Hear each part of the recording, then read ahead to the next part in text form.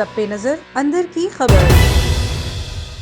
اہم خبر سے آپ کو آگاہ کر رہے ہیں کہ فلسطین میں جاری اسرائیلی بربریت کے خلاف جمعے کے روز حکومت اور اپوزیشن کی جانب سے فلسطین کے ساتھ اظہار یکجہتی کی جائے گی۔ فلسطین پر جاری اسرائیلی مظالم کے خلاف مذہبی اور سیاسی جماعتیں کیا موقف رکھتی ہیں، اسی پر ہمیں جوائن کیا ہے JUIF کے مرکزی رہنما مولانا اسد محمود نے۔ جی مولانا اسد محمود صاحب، بتائیے گا پاکستانی حکومت کی جانب سے فلسطین کے حوالے سے جو اقدامات کیے جا رہے ہیں اس پر آپ کیا کہیں گے؟ بسم اللہ الرحمن الرحیم۔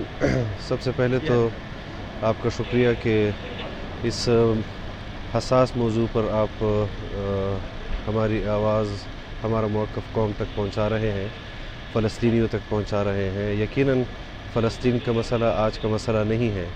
بلکہ ایک طویل عرصے سے اس پر جو تنازع چل رہا ہے بیت المقدس پر اور مسجد اقصیٰ پر، اور جس قسم کی تاریخ ہے اسرائیل کے طرف سے ظلم اور بربریت کی، جبر کی، تو اس کا پس منظر بھی اتنا ہی اہم ہے۔ اور آج جو صورتحال ہے اس میں جس قسم کی ظلم اور بربریت کی جا رہی ہے فلسطینی عوام پر، نہتے عورتوں پر، بچیوں پر، بچوں پر، یقیناً وہ ہم سب کے لیے غم کا بھی باعث ہے، شرمندگی کا بھی باعث ہے کہ دنیا کے اندر اتنے اسلامی ممالک کی موجودگی میں اتنی چھوٹی سی ریاست چیلنج کر رہی ہے مسلمانوں کے عقیدے کو، مسلمانوں کے فکر کو، مسلمانوں کے نظریے کو، اور جس قوم کو ایک وجود کی مانند جناب نبی کریم صلی اللہ علیہ وسلم نے کہا ہے کہ اگر ایک حصے میں درد ہو تو پورا وجود بے قرار ہوتا ہے۔ آج مسلم ممالک کی جو صورتحال ہے، فلسطین، مظلوم فلسطینیوں کے مظلومیت پر میں سمجھتا ہوں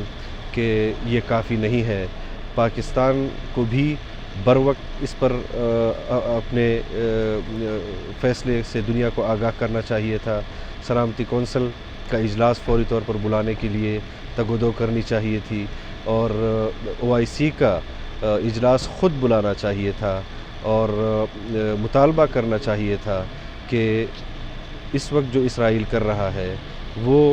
ایک تو مجموعی طور پر جو امت مسلمہ کا موقف ہے، پاکستان کا موقف ہے، سعودی عرب کا موقف ہے، فلسطین کا موقف ہے، اس کے خلاف ورزی تو وہ کر ہی رہا ہے کہ ہم اس کو ناجائز ریاست تسلیم کرتے ہیں، اور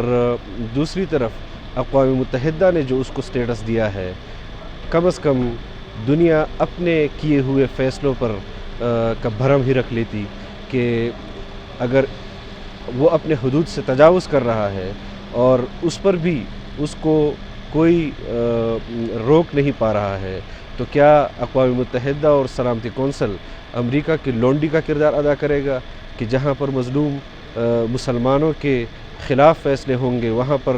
وہ اسرائیل کو تھپکی دے گا، وہ ہندوستان کو تھپکی دے گا، وہ افغانستان پر چڑھ دوڑے گا، وہ لیبیا پر چڑھ دوڑے گا، وہ عراق پر چڑھ دوڑے گا، وہ دیگر اسلامی ممالک پر چڑھ دوڑے گا، لیکن جہاں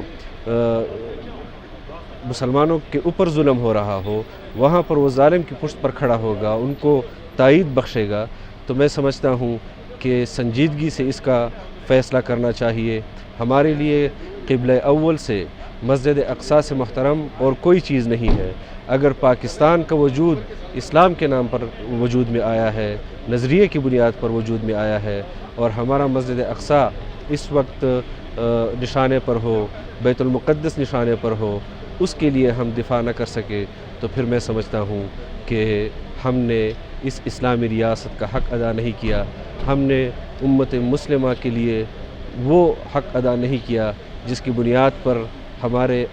اکابر اور اسلاف نے اس ملک کو وجود میں لایا تھا کہ ہم امت مسلمہ کی نمائندگی کریں گے، ان کی اقتداء کریں گے۔ تو ہمارا موقف یہی ہے کہ اس وقت بھی بہت تاخیر ہو چکی ہے، اور جو صورتحال ہے اس میں پاکستانی قوم فلسطینی بھائیوں کے ساتھ، مظلوم بھائیوں کے ساتھ، فلسطینی قوم کے ساتھ شانہ بشانہ ہے، اور ہمیں فوری طور پر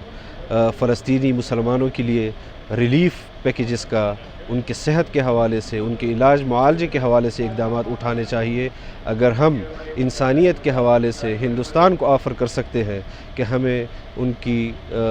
کووڈ میں مدد کرنی چاہیے، تو ہم فلسطینیوں کا، مظلوم فلسطینی بہنیں بھائیوں کا ہمارے اوپر حق ہے کہ ہم ان کو اس مشکل وقت میں سہارا دیں اور ان کے علاج معالجے، ان کے خوراک کا بندوبست کریں، اور فوری طور پر ہم ایسے اقدامات کریں کہ اسرائیل کی اس بربریت کو فوری طور پر روکیں۔ ٹھیک ہے، بہت شکریہ مولانا اسد محمود صاحب اپنے خیالات کا اظہار کرنے کا۔ یہ تھی A1 ٹی وی تازہ ترین مزید خبروں سے باخبر رہنے کے لیے دیکھتے رہیے A1 ٹی وی۔